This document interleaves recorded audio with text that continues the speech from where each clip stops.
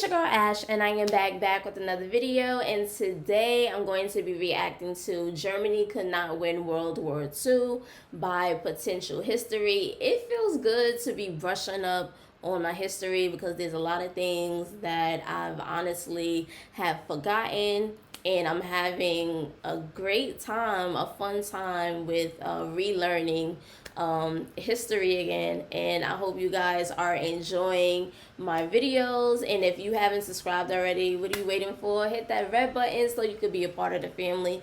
Don't forget to give your girl a thumbs up. Enough of me talking, y'all. Let's get straight into this reaction.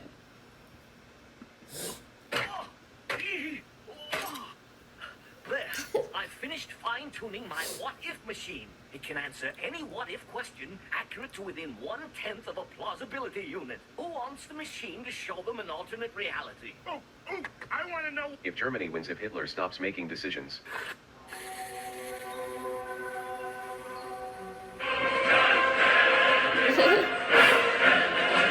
Who else has a question for the what-if machine? I have one. Do they win if they mass-produce the mouse tank?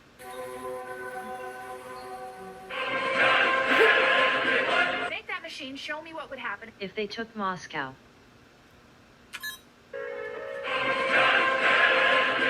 That's so plausible, I can't believe it. People love rooting for the underdog. These stories strike a chord with us at a very basic level, and you can tell this by how popular these stories are in media. This also translates to real-world stories, although real life does not have a plot that always turns in the underdog's favor. So there's this kind of romanticism connected to fighting for a lost cause that a lot of people assign to a lot of real-world groups. One of these you see talked about a lot is the German army of World War II, that if only dumb Hitler hadn't been in charge, or if different choices were made, that the war would have turned out different. And a lot of these arguments seem to hold water on the surface, but upon reflection, mostly miss the point or do not make a significant enough change to sway anything. These are my favorite how Germany could have won scenarios and how they're wrong. First and foremost, their leader, we know who, Hitler, he was psychotic. And I don't think he really fully mapped things out. I think he was in a rush, and that being that he was in a rush, that ultimately worked against him as well. So that's one of the things that I feel. You know, he was in a rush to take over the world, pretty much, and he didn't think things through. So that's one of the reasons. I hear this one all the time, that if the Germans had just driven onto Moscow and taken it, the Russians would have capitulated. But it is rarely backed up with evidence as to why. Even in the memoirs of German generals after the war, they constantly mentioned that the drive to Moscow would have meant victory in the East. And I think the reason for this is that they model the Russian campaign after the French campaign. In the French campaign in 1940, the French surrender once Paris is cut off from its forces and looks like it's about to fall. Using this model, a lot of people think that the exact same would have... But didn't the French win? So why did they surrender? I don't understand that. ...apply to Russia. The only problem with this is Russia is a whole different animal, both politically and geographically. Stalin was going to put every man, woman, and child in the Soviet Union between him and the advancing Germans. And this is exemplified by the way the Red Army fought the war, often trading casualties for time. So if Moscow was taken, sure, it's a political and also logistical defeat, given that the rail network was centered around it, but no way do I think Stalin is just going to shrug and say, well, we tried, after Moscow was taken. And with that, we would probably see the Soviet Union fighting to the bitter end, just like the Germans did in reality. This is also backed up by real-world history from Napoleon's Russia campaign in 1812, where he went on to take Moscow but still lost the war. Russia is such a large and vast country that they have the ability to trade casualties and land at a higher rate than any other country can.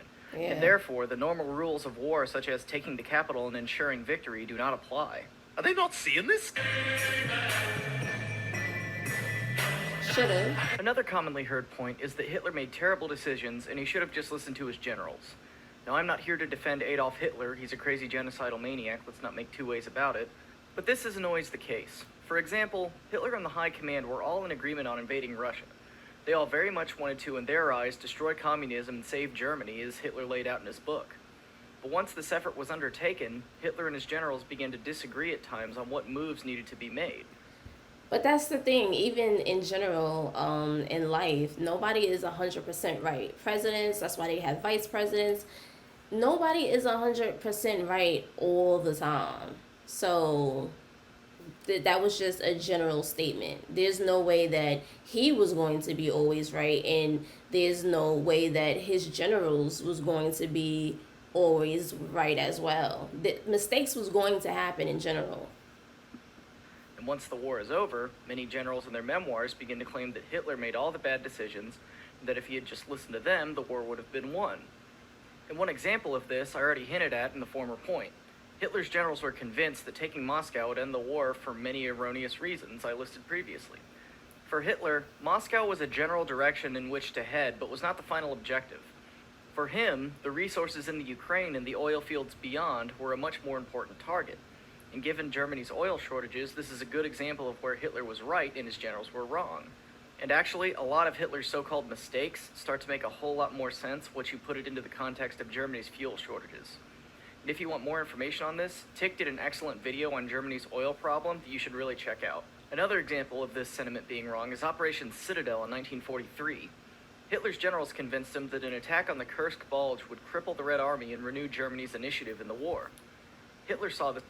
And that's another thing. They were running out of oil. They were running out of supplies. They were running out of men. What else they were running out of? I was watching the oversimplified video, and also other videos as well. Yeah, they were low on a lot of things. This plan is very flawed, though, famously saying, "Every time I think about Operation Citadel, my stomach turns over." And seeing how poorly this turned out for the Germans, his premonition was eerily correct. Now, if this was the caricature of Hitler always overriding his generals that is commonly seen, Citadel would have been called off before it was launched. Now, these are just two quick examples, and yes, there are times, especially later in the war, where Hitler overrules his generals with poor decisions. The Battle of the Bulge comes to mind. But early in the war, when these decisions really count, Hitler is many times making the right decisions when overruling his generals, or going along with them in agreement of a common goal. So Hitler should have just listened to his generals and he would have won the war is a moot point. Because many times he did and his generals were wrong, and many times he didn't and he turned out to be right. See? It's all Adolf Hitler, Adolf Hitler, Adolf Hitler. Just build more stuff. This is actually a point I used to subscribe to. A very honest critique of the German war economy is that it was not on the right footing. And people make this argument usually saying things like, Germany should have just made more Panzer IVs instead of pouring resources into the Tiger. Or Germany should have built the Luftwaffe back up so they could regain air superiority. And I will give you that the German war economy in one of my videos they did say that they had a lot of technical issues with their tanks. I'm not sure if they were like badly built. But they did have a lot of issues, a lot of technical issues with the equipment that they had. Many places was an absolute nightmare. John Parshall does an excellent lecture on tank production in World War II and really highlights how backwards the German production process was for armored vehicle manufacturing, and mentions how that knowledge can be applied to other types of war manufacturing. And although once Speer takes over, production is streamlined to a degree, and munitions and weapons production goes up year by year, it's not near where it needs to be to fight this attritional war. So obviously, the solution is to just streamline production, sort of how you see in the American model, and this would have given Germany a better chance in the war. Although this is a good criticism, it misses the core issue. The biggest thing Germany was running low on from 1942 onward is, as I mentioned before, oil. And larger numbers of tanks and planes wouldn't be any good if there was no fuel to run them. Mm-hmm. Also, Germany was having manpower shortages as early as 1942 or 43. Not enough people. And along with fuel to run these machines, you need people to crew them. These are just two issues that cannot be remedied by streamlining production. At a certain point, Germany is just going to be out of oil and out of men, and no amount of additional tanks or planes would operationally be possible. What's the matter? Run out of gas? Kinda embarrassing. Just coordinate with Japan. No, This that's is another not a great point idea. that deceptively seems to make a lot of sense. As Germany was crushed by a two-front war, it stands to reason that if Japan and Germany through their alliance had coordinated an attack on Russia, they would have won. And that may honestly be true. A big boost to the defense of Moscow came after Russian troops from Siberia were sent west after the Russo-Japanese Non-Aggression Pact. The only problem with this is that coordination did not and was never going to happen. Germany and Japan were allies by circumstance and shared no real common goals with each other. and in fact, they're operating in opposition to each other at times. See, that's the thing. Germany didn't have any real allies. They didn't have any allies at all. They wanted to coordinate with Japan, but they don't even have anything in common. What could they have benefited from just um becoming allies with Japan on a long term, if you really think about it, as far as like financially wise and other things? Germany needed allies. They didn't have any allies. They wanted to just rule the world. You know who wanted to rule the world and just wanted to only be them. It wasn't gonna work. German training of Chinese troops in the 30s as they were fighting the Japanese is a direct example of this. In short, neither side was going to stick out its neck for the other. In fact, Russia as a common enemy was probably the only instance in which they would have, and even then they did not. The reason for Japan not wanting to do this is mostly colored by the Japanese experience against the Soviets at the Battle of Konkangal, please forgive my pronunciation, where the Red Army gave the Imperial Army a very bloody nose in an undeclared border conflict. This incident convinced the Japanese to not go through with any action that would provoke the Soviet Union, as they did not want war with them, since they were already fighting China and would soon be fighting the United States. This avoidance of provoking the Soviet Union went far enough that during the war in the Pacific between Japan and the United States, the Japanese refused to sink any U.S. merchant ships headed to the Soviet Union. So, the Japanese attacking the Soviet Union directly flies in the face of the intentions and characteristics of the Japanese High Command, to the point where it strays out of potential history, Kill yourself. into the realm of fantasy. You have screwed me again. Japan. Listen, there's no way Germany was going to win against the United States, Soviet Union, and the British. Impossible. Wasn't going to happen. This is my favorite one. If they had just made insert ridiculous design here, the war may have gone differently, and it's the idea that this thing, or this thing, or this thing would somehow have single-handedly lengthened the war. There are a few fan favorites for pics of these. The one I see most often being the mouse, the ridiculous 200-ton behemoth that in reality would have been awesome target practice for Allied fighter bombers and something for Allied soldiers to gawk at once it had run out of fuel and had to be abandoned. Or German jet aircraft that, although cutting edge and superior to what the Allies had, still couldn't have been applied Who's in a gonna large build scale all due of to the that? aforementioned fuel and personnel problems.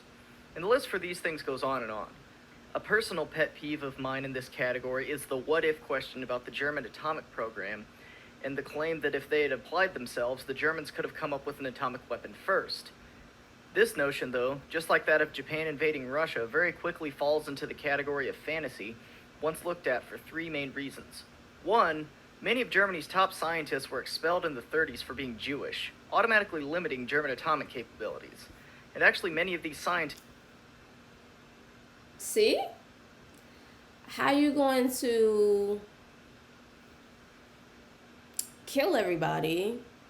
And these are the people, you know, he killed all the Jewish people, and they were smart. They were creating things. Brilliant idea, right? went on to work in the American nuclear program. So to make this win scenario work, you automatically have to make the Nazis tolerant of Jews, which is not going to happen. 2. The German atomic program is all but canceled by 1942. As Speer put it, we got the view that the development was very much at the beginning. The physicists themselves didn't want to put much into it. Which works into my third point, that Hitler saw atomic science as Jewish science and pointed the focus of German development towards conventional weapons. So we're not even talking about an atomic race between the US and Germany, as it was barely being pursued by the Germans. And to give a what-if scenario about it would fly directly in the face of what Hitler stood for. And this gets into the bigger problem with this question, that even if Germany does produce these wonder weapons and extends the war, it's only going to extend it long enough to be the first country to get nuked, due to the Germany first policy of the Allies. Are you making a jet plane? Or a remote control that can turn you into super soldier? Yeah, they didn't have any allies. That's what they needed. Now these are just a handful of points that people bring up when talking about how Germany could have won, but there are many more that I didn't go into that are equally baseless, such as the Germans should have and could have invaded England, even though the Kriegsmarine would not be able to support a large amphibious attack, and the much larger Royal Navy would have probably sunk the invading force before it even reached the shores. Or that Barbarossa should have taken place earlier, even though it wasn't really the winter or the rainy season that stopped the Germans, it was a lack of supplies that needed to be brought up. For more info on that, check out this lecture by David Stahill. You'll see people bringing up scenario after scenario that bends reality and character motivations very widely to craft a scenario that Germany could win. But here's my point. Germany would not have won World War II no matter what way you slice it. The fact of the matter is, this is a country that is too small and too short on resources to take on the three largest world powers at once, especially given the erroneous actions and motivations they have. Basically, the Germans dealt themselves a bad hand and played Very it poorly. bad hand. And the only way that's going to change is if you bend time and space to their liking with the benefit of 20/20 hindsight. All things that are not going to happen in reality. That's the thing. He thought that they didn't need allies and that they could just do everything themselves. Maybe if they would have had allies and they would have certain resources like oil, food, more manpower, then maybe. But ultimately, there's no way they were going to actually win the war. It was just them fighting against the world. Impossible. And I think after a while he kind of realized that. I think that's what I believe. But comment down below.